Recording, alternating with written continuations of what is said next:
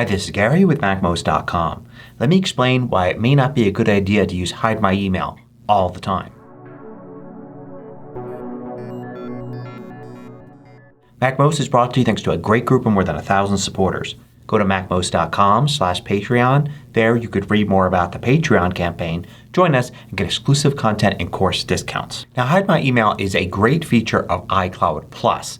That's iCloud when you pay for something like a little bit of storage. Then you have all these extra features including Hide My Email. When you turn that on, it allows you to create these email addresses on the fly when you sign up for something online, and then the email that you get sent from that site or company goes to that special email address and is forwarded to you by Apple to your regular email address.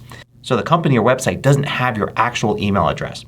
The idea is that you could simply shut off that special email address if you get spammed by that company or it's obvious that that email address has been sold and you're getting a lot of spam to it. It also is great because that site or company doesn't actually know who you are. They can't take that email address and then cross-reference it with other companies and figure out your identity. So you're kind of signing up for something anonymously. And certainly this is the great feature for signing up for things when you don't really trust the site or company. If you need to sign up for a website and they need an email address from you, you could provide this Hide My Email address instead of your real one. But does that mean you should use it everywhere? Well, there's one case that I'm seeing a lot of where you may not want to use it.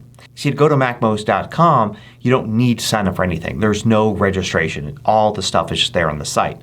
But for my courses website and for other things like Patreon, you need to sign up using an email address because you need to have an account. There needs to be some sort of user ID, and your user ID is usually your email address because it's unique and owned by you. Now let's say you go to my courses site here and you want to create a new account. If you click here to enter your email address, then you'll see Hide My Email as one of the options. And you may think this is a great option.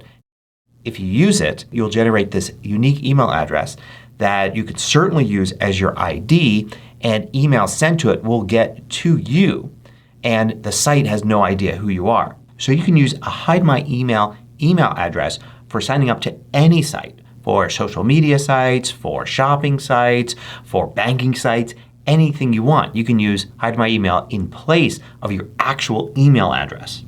But here's the problem. That's now your ID for this site.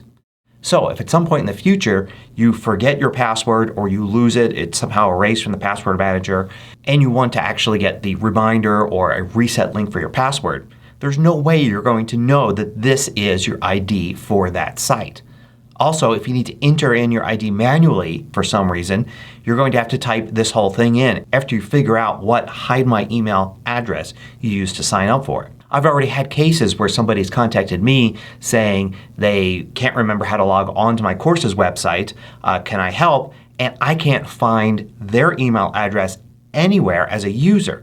And it turns out they used one of these Hide My Email addresses, and now it's impossible to connect them back to their real account.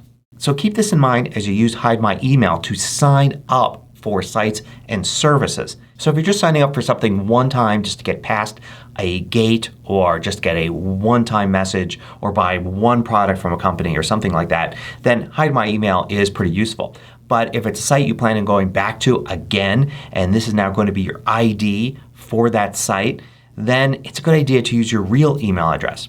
Remember that legitimate companies, real companies with people and buildings and names and stock market tickers and all of that, you can always unsubscribe from any emails they send you. They have to abide by certain rules and laws. And for the most part they do. So don't worry too much about the spam aspect of it, but do worry about losing access to your account because you simply erased this Hide My Email address or somehow you've forgotten which one you've used with that site. I see this as becoming a bigger and bigger problem as more and more people use Hide My Email and similar email alias services. Hope you found this useful. Thanks for watching. If you liked this video, click the thumbs up button below to let me know. I publish new tutorials each weekday. Hit the subscribe button so you don't miss out.